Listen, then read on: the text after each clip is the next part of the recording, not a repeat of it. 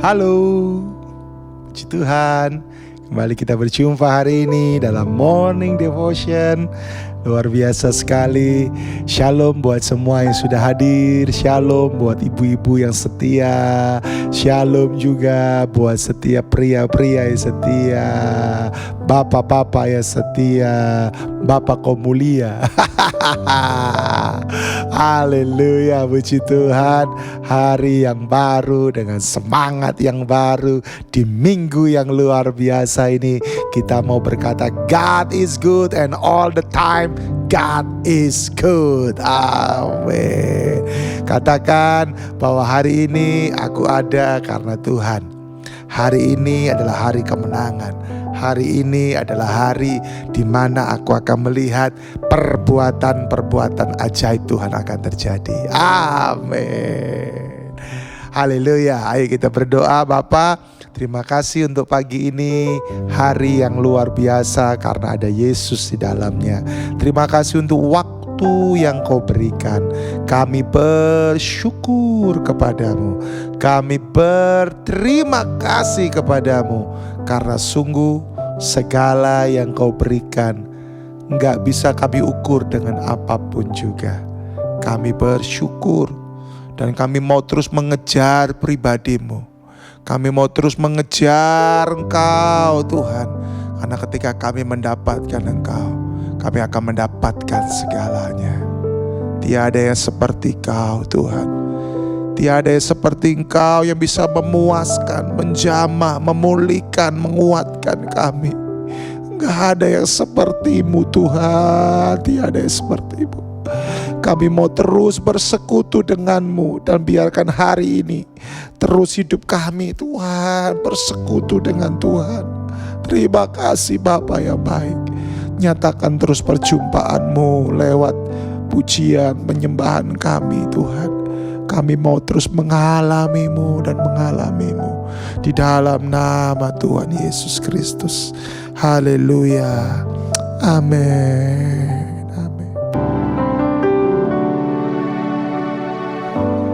Tiada seperti Kau yang telah menjamah segenap hatiku.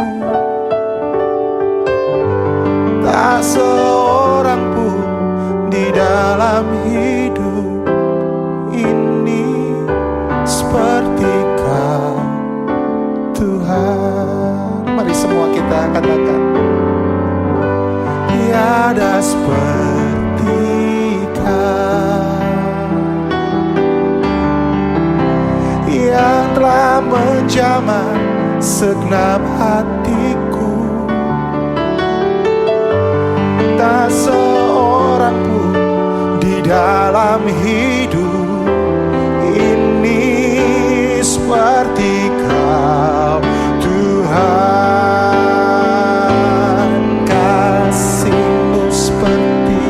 Sungai mengalir, kuasa-Mu menyembuhkan. Air mataku Engkau hapuskan. Tiada seperti Kau.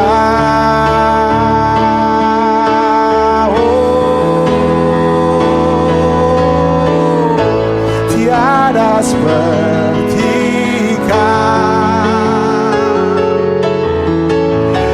yang telah menjamah segenap hatiku. Tak seorang pun di dalam hidup ini seperti Kau Tuhan. Come on, tiada seperti Kau. Tiada seperti Kau, ya Bapa, yang telah menjamah segenap hatiku. Tak seorang pun di dalam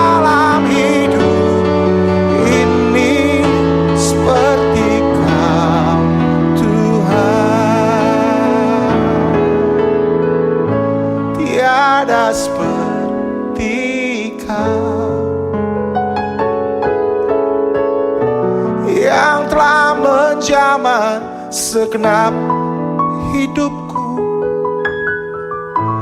Tak seorang pun di dalam dunia ini seperti Kau, Tuhan. Saya percaya hadirat Tuhan yang lembut itu mengalir. Dan saya percaya hadirat Tuhan, pribadi Tuhan itu sedang bekerja saat ini. Dia sedang memeluk engkau. Dia sedang berkata kepadamu, hai anakku, engkau indah bagiku. Hai anakku, engkau berharga bagiku. Hai anakku, aku ada untukmu. Kelembutan, kasih, kesetiaan Bapa itu sedang bekerja saat ini. Buka hatimu lebih lagi. Taruh tanganmu di dadamu. Arahkan hatimu kepada Bapa. Dan mari katakan kepadanya, tiada seperti Kau, tiada, tiada seperti Kau. Yes, yang telah menjamah segenap hatiku.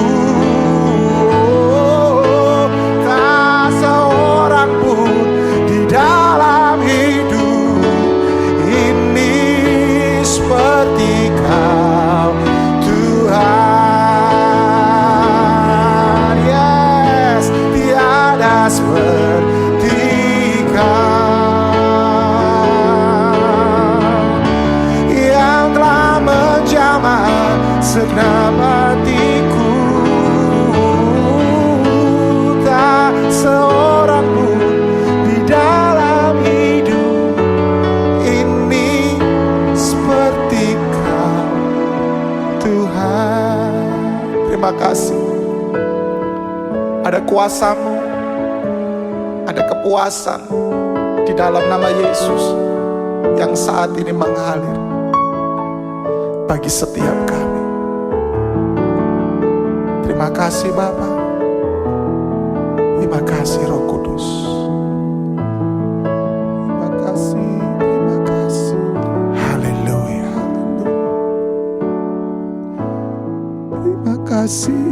Terima kasih. Kami mau terus dikuasai oleh pribadi-Mu. Kami mau terus dikuasai oleh Engkau.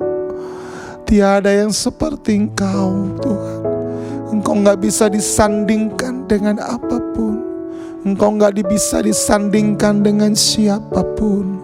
Terima kasih Tuhan, terima kasih Yesus, terima kasih Yesus, terima kasih, terima kasih. Kami mengucap syukur kepadamu. Biarkan hari ini terus kami melimpah dengan syukur. Biarkan hari ini terus kami mau berkata, kami gak mau yang lain.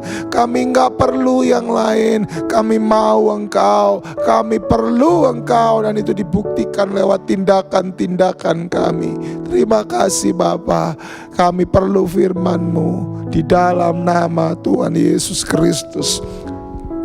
Haleluya, haleluya, haleluya. Amin, amin, amin, amin. Wow, saya percaya kita semua dipuaskan.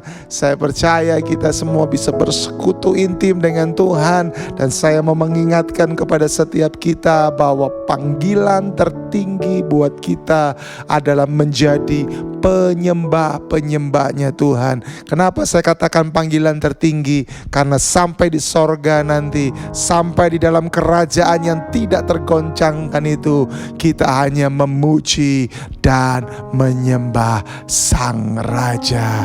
Haleluya. Makanya itu adalah panggilan tertinggi, termulia, terhebat yang diberikan Tuhan atas setiap kita. Haleluya.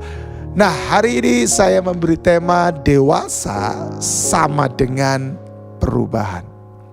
Amin. Mari kita baca beberapa ayat firman Tuhan dari Efesus 4 ayat yang ke-13 sampai kita semua, saudara dan juga saya, telah mencapai kesatuan iman, pengetahuan yang benar tentang anak Allah, kedewasaan penuh, dan tingkat pertumbuhan yang sesuai dengan kepenuhan Kristus. Ada 4 hal penting di sini. Kemudian kita baca juga 1 Korintus 13 ayatnya yang ke-11. Ketika aku kanak-kanak, aku berkata-kata seperti kanak-kanak. Aku merasa seperti kanak-kanak. Aku berpikir seperti kanak-kanak. Sekarang sesudah aku menjadi dewasa, aku meninggalkan sifat kanak-kanak itu. Di dalam Efesus tadi ada 4 perkara penting, dan salah satunya bicara tentang apa? Kedewasaan. Di dalam 1 Korintus tadi juga dengan sangat jelas berkata, di mana aku sudah menjadi dewasa, aku meninggalkan sifat kanak-kanak itu. Kata dewasa juga kita temukan di dalam 1 Korintus 13 ini tadi. Jadi saya mau berkata bahwa kedewasaan itu selalu dilihat oleh Tuhan. Kedewasaan selalu diperhitungkan oleh Tuhan. Kedewasaan selalu dinantikan oleh Tuhan. Kedewasaan juga selalu Tuhan mau ada dalam kehidupan kita. Amin. Usia kita boleh dewasa, tetapi apakah kita juga menjadi orang yang dewasa di dalam kerohanian kita kepada Tuhan? Rambut kita bisa memutih yang mungkin menandakan usia kita. Walaupun saya mau berkata rambut saya putih, tapi saya masih muda loh ya usianya. Ini karena gen aja. Tetapi bagi beberapa orang, mereka berkata bahwa rambut putih itu menentukan usia.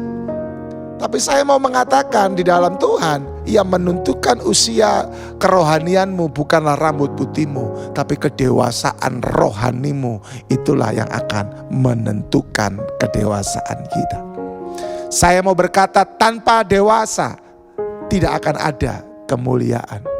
Jadi kalau kita mau mengalami kemuliaan Tuhan, maka kita harus membawa diri kita, memastikan diri kita mengalami kedewasaan rohani.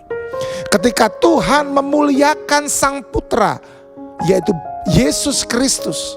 Ketika Yesus itu dimuliakan, itu menandakan betapa Yesus sudah mengalami kedewasaan, sehingga dia mendapatkan kemuliaan. Kemuliaan bicara tentang promosi, kemuliaan bicara tentang bagaimana kita dikhususkan, kemuliaan juga bicara bagaimana pribadi Tuhan termanifestasi penuh dalam diri kita. Yesus mengalami bagaimana dirinya dimuliakan oleh Bapa, dan kemuliaan itu terjadi karena adanya kedewasaan. Tapi saya juga mau berkata, kedewasaan juga adalah kunci utama untuk kita menerima janji-janji Tuhan. Karena hanya orang yang dewasa yang bisa dipercaya. Jadi kalau engkau sedang menanti-nanti janji-janji Tuhan, engkau sedang berkata, Pak, sampai berapa lama saya harus menanti? Saya cuma mau berkata, bawa terus dirimu mengalami kedewasaan secara rohani. Karena hanya orang dewasa yang berhak menerima janji daripada Tuhan. Anak-anak kecil gak akan pernah bisa menerima janji dari Tuhan.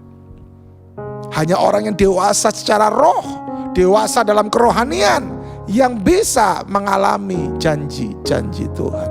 Dan hanya orang yang dewasa yang juga bisa dipercaya oleh Tuhan. Jadi kalau kita masih belum dipercaya oleh Tuhan, lihatlah dirimu berarti masih belum dewasa. Untuk itu dewasalah dalam kerohanian, supaya engkau bisa dipercaya oleh Tuhan. Dan saya mau berkata, untuk kita bisa menjadi dewasa harus ada satu perkara penting, yaitu namanya perubahan. Yes. Tanpa perubahan, maka kedewasaanmu tidak akan teruji. Tanpa perubahan, maka kedewasaanmu tidak akan terbukti. Dengan adanya perubahan, maka engkau akan bisa membuktikan kedewasaanmu. Karena dengan perubahan itu akan menjadikan kedewasaan kita menjadi berbobot dan juga berkualitas di hadapan Tuhan. Wow. Jadi hari ini saya mau mengingatkan kepada warga kerajaan Allah, kalau berbicara kedewasaan, maka itu sama dengan perubahan. Sudahkah kita berubah hari-hari ini? Ataukah kita masih tetap dahulu, sekarang, sampai selamanya tetap sama? Sama-sama dalam kebodohan, sama-sama dalam kekurangan kita, dalam arti kita membiarkan terus-menerus ada di dalam bayi rohani. Kita membiarkan diri kita terjebak, terkungkum menjadi orang-orang yang bayi-bayi secara rohani. Harus ada pertumbuhan dong. Masa kalau kita punya anak, kita mau anak kita terus jadi bayi? Kan enggak kan? Kita pengen anak kita beranjak dewasa. Dari bayi, dia menjadi anak-anak. Kemudian dia setelah itu masuk ke TK. Dia masuk ke SD. Masuk SMP, SMA. Masuk ke jenjang perkuliahan. Dia bekerja, dia berumah tangga. Amin. Kita mau anak-anak kita seperti itu, bukan? Apalagi Bapa di sorga. Ya, dia sungguh merindukan setiap kita mengalami apa? Kedewasaan. Tetapi ingat, untuk dewasa harus ada perubahan. Kalau engkau gak mau berubah, ya, engkau sengaja membiarkan dirimu untuk apa? Terisolasi dari dunia ini. Engkau sengaja membiarkan dirimu mengisolasi diri dari dunia ini. Ya, dan engkau berkata, udahlah gak mau dah. Gua daripada berinteraksi sama orang lain, nanti gua dibentuk, nanti gua diproses, nanti gua bentrok. Nah ini kan ciri orang yang masih bayi sebetulnya. Ingat loh ya, Kristus hanya dipertunangkan dengan orang yang dewasa, bukan bayi. Jadi saya mau berkata, sia-sia engkau beribadah. Sia-sia engkau memberikan hidupmu untuk mendengarkan firman Tuhan, memuji, menyembah, punya status orang Kristen, engkau menabur untuk pekerjaan Tuhan. Itu semua akan menjadi sia-sia kalau engkau hanya bayi. Karena Kristus hanya akan dipertunangkan ketika dia datang kedua kali nanti. Hanya akan dipertunangkan dengan orang yang dewasa. Jadi orang yang dewasa akan berubah. Dan orang akan berubah kalau dia sudah menjadi dewasa. Perubahan sangat membutuhkan komitmen. Dan hanya orang dewasa yang bisa komitmen. Betul? Kalau kita pacaran kita gak bisa komitmen. Komitmen untuk hidup kudus, komitmen untuk saling membangun satu sama lain, komitmen untuk kita nggak melukai hati pasangan kita. Ya, kalau kita nggak bisa komitmen untuk hal itu, maka sesungguhnya kita belum dewasa. Dan saya mau ingatkan kepada engkau yang berpacaran, kalau pasanganmu nggak bisa komitmen, forget it, lupakan dia, bahkan tinggalkan dia, kebaskan kakimu dari debu langsung. Cuci tanganmu seperti Pilatus ketika dia mencuci tangannya, ketika dia harus menyerahkan Yesus. Tinggalin, gak penting. Buat apa orang kalau gak bisa komitmen? Haleluya. Nah hari ini saya mau sharing ada 4 hal penting, prinsip-prinsip tentang perubahan yang berhubungan dengan kedewasaan. Yang pertama, perubahan datang untuk menguji siapa diri kita dan menegaskan siapa diri kita. Amin. Itu. Perubahan datang untuk menguji kita. Perubahan datang untuk menegaskan menjadi seperti apakah kita ini. Diperlukan apa? Perubahan. Haleluya. Sesuatu itu akan menjadi bernilai, berbobot ketika apa? Ada goncangan, ada masalah, ada proses yang terjadi. Amin. Ya. Sebuah periuk akan menjadi sebuah periuk yang mahal, akan menjadi sebuah periuk yang indah apabila apa? Diproses, dibentuk, dibakar, makanya bisa kuat dan bisa menjadi indah. Bahkan bisa diekspor sampai ke luar negeri.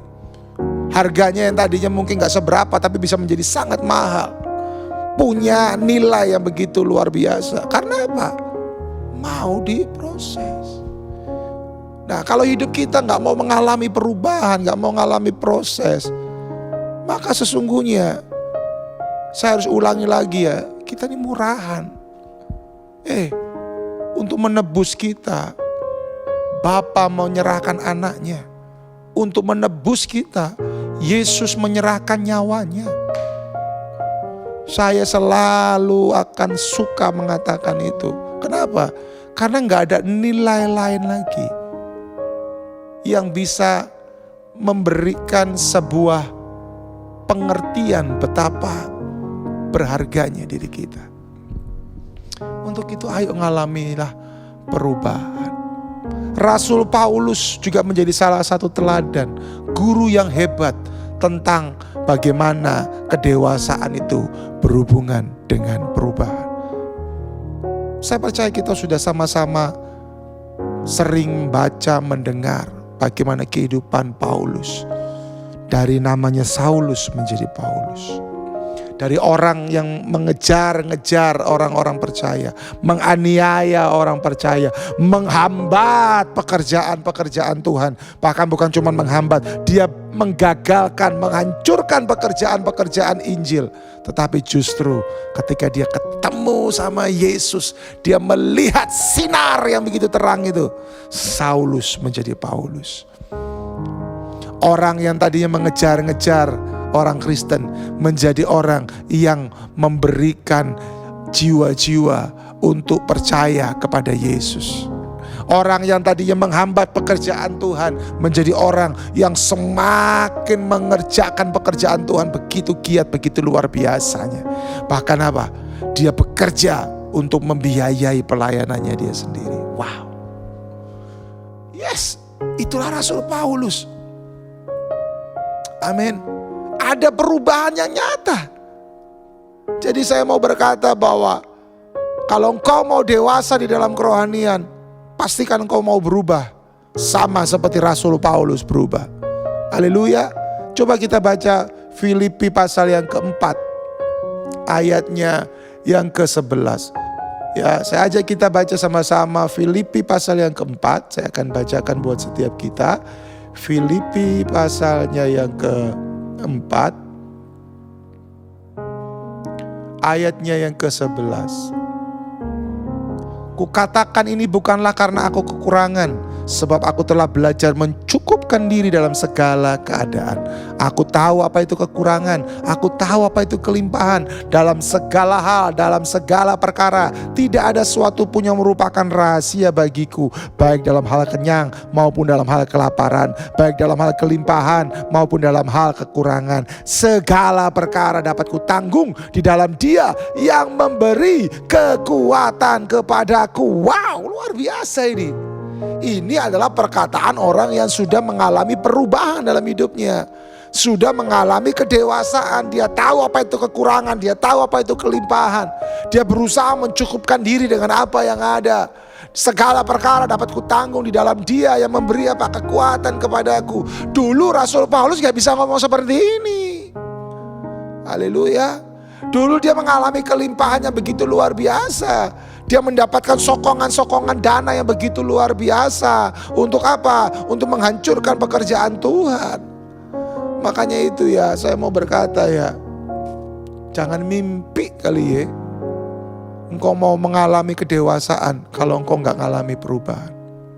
Kalau engkau yang selama ini mengisolasi dirimu, engkau hanya berkata, aduh sudah deh, lebih baik gue menghindar, lebih baik gue menghindar. Ada banyak orang Kristen yang seperti itu. Saya katakan banyak orang Kristen yang seperti itu. Mulai dari jemaat, pelayan, pendeta sekalipun ada yang seperti itu. Sudahlah daripada bentrok, udah deh gak usah deh. Bentrok itu bumbu untuk kita ngalami perubahan.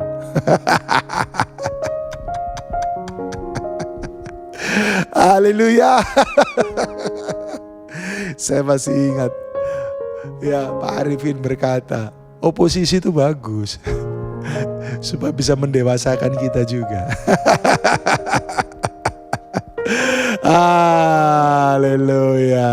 Jadi saya mau katakan, tinggalkan sifat kanak-kanakmu dan jadilah dewasa sama seperti Paulus yang dewasa. Yang kedua, kedewasaan seseorang diukur dari responnya terhadap perubahan.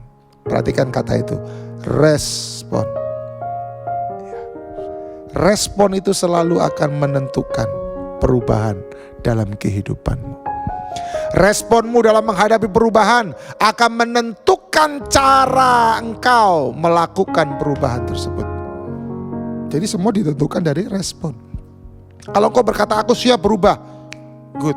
Tapi ketika engkau menghadapi perubahan, responmu itu akan menentukan cara-cara dalam engkau menjalani perubahan. Waktu kita berespon salah, maka cara kita berubah juga akan salah. Haleluya. Iya. Kalau kita merespon orang yang mengkhianati kita dengan cara yang salah, maka perubahan dalam diri kita juga akan salah.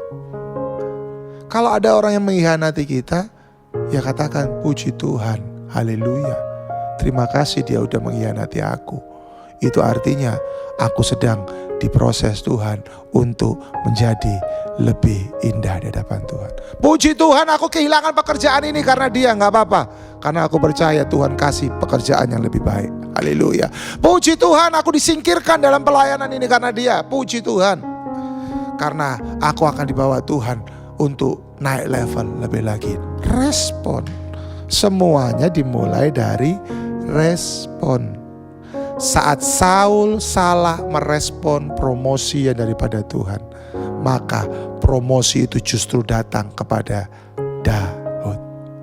Jadi saya mau berkata, kalau engkau menghadapi perubahan dalam hidupmu, perubahan yang menyakitkan, perubahan yang membuat engkau gak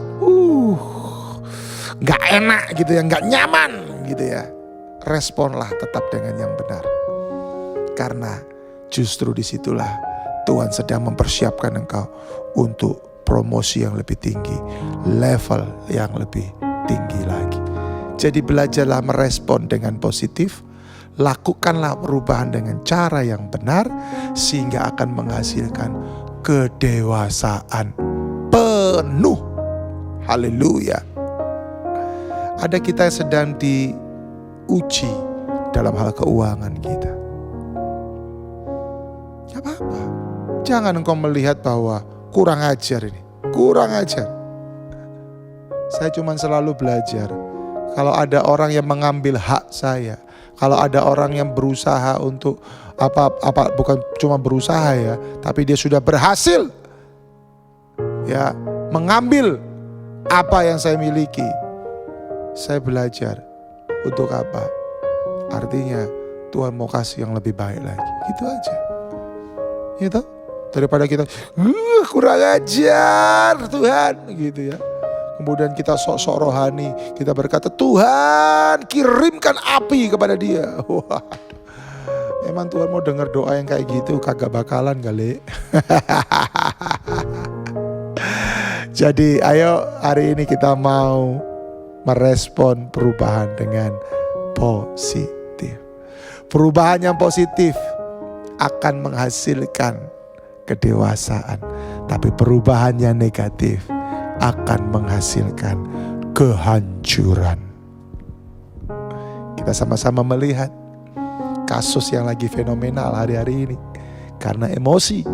Wow, perubahan yang begitu nyata ada di depan kita. Hati-hati, hati-hati.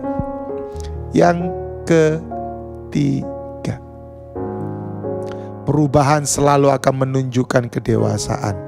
Apakah kita memang sudah dewasa? Ini penting juga. Jadi dengan adanya perubahan, kita bisa tahu sampai di mana tingkat kedewasaan kita. Haleluya. Iya. Bagaimana engkau mengukur kedewasaanmu kalau engkau gak ada mengalami perubahan? Thomas yang sekarang sudah banyak berubah daripada Thomas yang dulu. orang yang mengenal saya, orang yang tahu latar belakang saya, orang yang betul-betul mengikuti kehidupan saya, mereka akan berkata, emang bener loh ini. Ini orang ini udah ngalami perubahan, emang bener loh, betul. Gak usah jauh-jauh, istri saya lah. Ya, dia paling tahu saya. Dan dia bisa berkata, ada begitu banyak perubahan yang terjadi. Dari situ kita bisa mengukur kedewasaan kita. Dan saya bersyukur ada begitu banyak perubahan itu. Perubahan yang kepada perkara yang positif, bukan kepada perkara yang negatif. Haleluya. Yang keempat, yang terakhir adalah apa?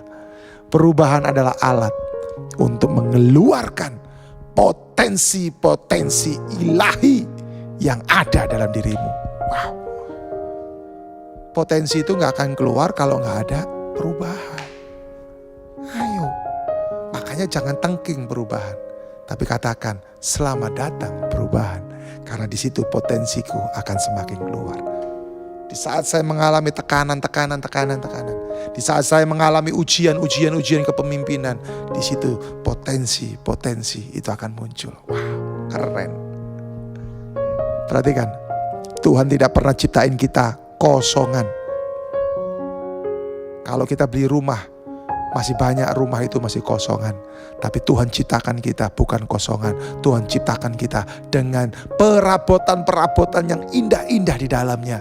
Dengan potensi-potensi yang luar biasa di dalamnya. Yang sangat bernilai, yang sangat bermutu, yang sangat dibutuhkan. Dan itu ada dalam dirimu dan juga saya. Keluarkan potensi itu. Yes. Jadi ketika engkau mengalami perubahan, ketika engkau masuk dalam perubahan, sungguh kesempatan, ya haleluya, perubahan terjadi, potensi-potensi akan muncul, potensi-potensi akan muncul. Amin. Bukankah itu indah? Makanya itu ya, perhatikan ini dan kasih tahu kepada orang-orang yang masih suka mengisolasi diri, ya, tidak mau diproses, tidak mau dibentuk. Ya, bahkan maaf saya harus berkata ini, yang selalu memilih hanya gereja online saja, tidak mau berinteraksi. Ya, saya cuma mau berkata, kasihan deh lo. Ya, karena sesungguhnya engkau sedang memendam potensi demi potensi dalam dirimu. Justru ketika engkau menghadapi proses gesekan, besi menajamkan besi, orang menajamkan sesamanya, disitulah potensimu akan muncul. Ya, kita ini seringkali melihatnya yang sekarang, kita gak melihat yang kemarin. Ketika kita melihat hamba Tuhan begitu hebat, begitu luar biasa, wow keren ya dia ya, luar biasa ya. Kita gak tahu proses yang sudah dialami di belakang kehidupannya yang lalu bagaimana. Dia ada karena ini, karena apa? Perubahan, proses yang terjadi dalam hidupnya. Dan dia mau mengalami perubahan dan ada potensi-potensi yang keluar sehingga dia bisa menjadi seperti sekarang. Saya cuma mau katakan, jangan biarkan iblis menipu engkau berulang. Kesimpulannya adalah apa? Hidup adalah perubahan. Berubah adalah menjadi dewasa. Dan menjadi dewasa adalah terus untuk mengeluarkan potensi yang tidak pernah habis, tidak pernah berhenti. Haleluya. God bless you. Siap untuk mengalami perubahan? Yes. Kita harus menjadi dewasa dan kita harus siap menghadapi perubahan. Mari kita berdoa. Bapa yang baik, terima kasih. Hamba-Mu selesai dan aku sekali lagi melepaskan berkat hari ini atas umat-Mu. Diberkatilah mereka di keluarga mereka, diberkatilah mereka di rumah tangga mereka, diberkatilah mereka dimanapun mereka berada. Ada pembelaan, ada perlindungan, ada pertolongan Tuhan. Dan mereka siap memikul salib Kristus. Mereka siap bertumbuh, berakar kuat dan berbuah untuk kemuliaan Tuhan. Mereka tidak hanya mengejar apa yang fana, tapi mereka mengejar yang kekal. Aku melepaskan segala yang terbaik demi nama Yesus. Amin. God bless. Jangan lupa share, like, subscribe, dan dukung pelayanan ini lewat segala hal yang kau bisa berikan untuk kemuliaan nama Tuhan. God bless.